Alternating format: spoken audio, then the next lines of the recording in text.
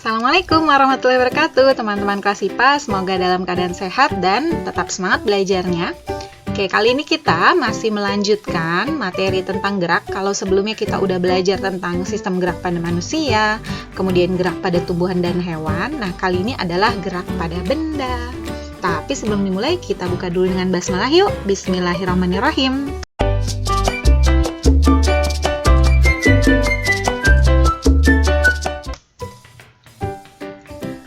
Oke, jadi sebuah benda dikatakan bergerak apabila benda ini mengalami perpindahan atau perubahan kedudukan dari titik acuan tertentu.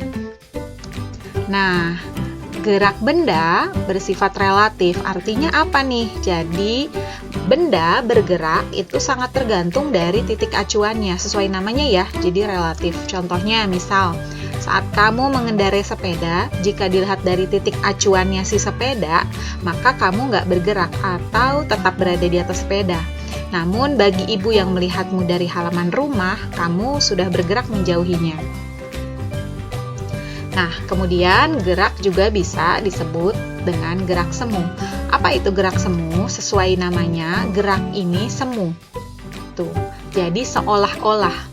Bendanya seolah-olah bergerak, bendanya tampak bergerak, padahal sebenarnya bendanya diam. Nah, contohnya adalah ketika kamu duduk di kereta yang bergerak, lalu kamu melihat keluar jendela, tampak pohon dan rumah bergerak menjauhi kamu. Padahal semua itu diam. Sesungguhnya keretalah yang bergerak. Oke, seperti itu ya. Sama juga kalau dalam fenomena sehari-hari, ada yang disebut namanya gerak semu harian matahari. Jadi matahari seolah-olah bergerak dari timur ke barat, padahal sebenarnya yang bergerak siapa? Yang bergerak adalah bumi. Tuh ya, jadi bumi lah yang bergerak mengelilingi matahari sehingga seolah-olah tampak mataharinya yang bergerak dari timur ke barat.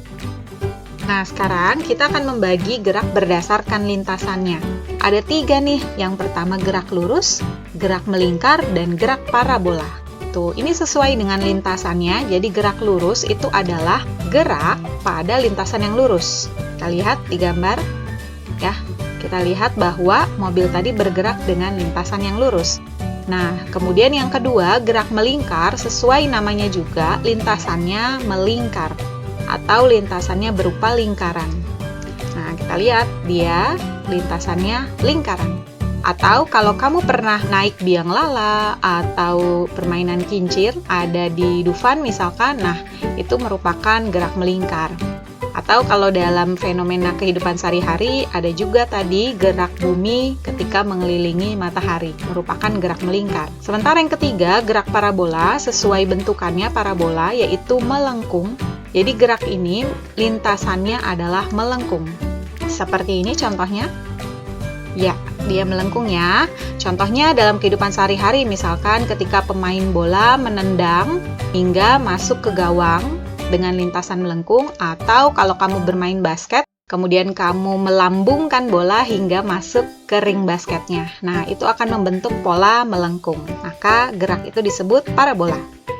Kita akan fokus pada gerak lurus, jadi kalau di SMP kita membahas lebih jauhnya, yaitu di gerak lurus. Gerak lurus tadi sesuai namanya adalah gerak pada lintasan yang lurus. Nah, gerak lurus ini dibagi menjadi 2, yaitu GLB atau gerak lurus beraturan dan GLBB, gerak lurus berubah beraturan. Ada 2 ya, GLB dan GLBB. Bedanya di mana? Sesuai namanya. Yang satu beraturan, yang satu beraturan juga, tapi ada perubahannya. Tuh, nah perubahannya di mana? Kita lihat ya, yaitu di kecepatan. Jadi kalau GLB atau gerak lurus beraturan, kecepatannya tetap nih. Misalkan kamu naik sepeda dengan kecepatan 10 km per jam, maka kamu melakukannya seperti itu terus. Kecepatannya tetap 10 km per jam. Tuh. Sementara ketika kecepatannya tetap, maka otomatis percepatannya tidak ada atau sama dengan 0. Pada GLBB ada yang berubah, yaitu kecepatannya. Jadi sesuai namanya ya, dia ada yang berubah adalah kecepatannya. Tapi berubahnya harus secara teratur, sesuai namanya tadi, berubah beraturan. kecepatannya berubah secara teratur. Nah, karena kecepatannya berubah secara teratur, maka percepatannya ini bernilai tetap. Kalau di GLB, percepatannya 0 atau tidak ada. Di GLBB, percepatannya tetap. Kita bisa lihat ya perbedaannya. Pada GLB, kecepatannya tetap. Di sini kecepatannya berubah beraturan. Kemudian percepatannya 0, di GLBB percepatannya tetap. Nah, GLBB dibagi dua lagi, yaitu GLBB dipercepat dan GLBB diperlambat. Jadi, ada benda yang semakin lama semakin cepat, disebutnya GLBB dipercepat. Kemudian ada benda yang bergeraknya semakin lama semakin lambat, maka disebutnya GLBB diperlambat. Nah, masing-masing ini punya rumusnya nih, tapi nanti kita bahas rumusnya ya. Sekarang kita kenalan dulu sama ini ya. Kalau kita gambarkan, misalkan ketika benda itu bergerak, nah benda itu akan membentuk pola. Disebutnya bisa pola bocor oli atau pola ticker time. Pola bocor oli ini seperti ketika misalkan ada mobil berjalan, kemudian dia mengalami kebocoran oli, maka membentuk pola seperti ini. Pada GLBB diperlambat, karena dia makin lambat, kamu bisa lihat di sini pola bocor olinya, maka semakin dekat titik-titiknya. Polanya ini semakin dekat. Ya. Jadi ini kita bisa sambil bayangin karena ini memang di kondisi nyata. Sementara pada GLBB dipercepat, kan mobilnya semakin cepat, semakin kencang jalannya. Nah, maka pola bocor olinya semakin jauh jarak-jaraknya. Sementara di GLB, di gerak lurus beraturan, karena dia kecepatannya tetap, maka pola bocor olinya jaraknya tetap nih, antara pola bocor yang satu dengan yang lainnya tetap. Oke, ini pola bocor oli yang sebelah kiri. Nah, yang di sebelah kanan ini adalah pola ticker time. Pola ticker time ini adalah kebalikannya pola bocor oli. Jadi ini menggunakan kertas ticker time yang ada di laboratorium. Kalau yang ini tadi kita bayanginnya adalah seperti oli bocor di jalanan beraspal. Nanti kan kelihatan polanya seperti ini. Kalau yang ini di atas kertas ticker time namanya ya. Dia kebalikannya, GLBB diperlambat, maka pola ticker time-nya kamu lihat dia akan semakin menjauh. Jarak-jaraknya semakin menjauh pada diperlambat. Tuh. Kebalikannya ya. Kalau yang ini tadi semakin dekat, nah yang ini semakin lambat. Kemudian kalau GLBB dipercepat juga kebalikannya. Kalau yang ini tadi semakin jauh, yang ini justru semakin dekat. Kalau di GLB polanya sama karena tadi kecepatannya sama. Oke, jadi kamu mudahnya ingatnya yang pola bocor oli saja ya. Tipsnya itu. Karena ini bisa dibayangin di kondisi nyata. Tuh, kalau ada mobil mengalami kebocoran oli, kemudian mobil itu bergeraknya semakin lambat, polanya seperti ini, jaraknya makin dekat. Ketika dipercepat, jaraknya makin jauh. Nah, kemudian kalau ketemu pertanyaan membentuk pola ticker time, berarti kebalikannya si bocor oli. Gitu aja ya, itu tips mengingatnya. Nah, bagaimana membedakannya berdasarkan grafik? Jadi ini adalah grafik GLB dan GLBB. Grafik kecepatan terhadap waktu. Nah, pada GLB tadi, karena kecepatannya bernilai tetap, ya, misalkan nih kamu mau tulis waktunya boleh. Misalkan waktunya 10 detik, 20 detik, atau seterusnya. Karena kecepatannya tetap, maka grafik ini lurus saja, atau kita sebut linear. Tuh ya, lurus. Sementara pada GLBB dipercepat, grafiknya akan naik. Karena kecepatannya makin tinggi.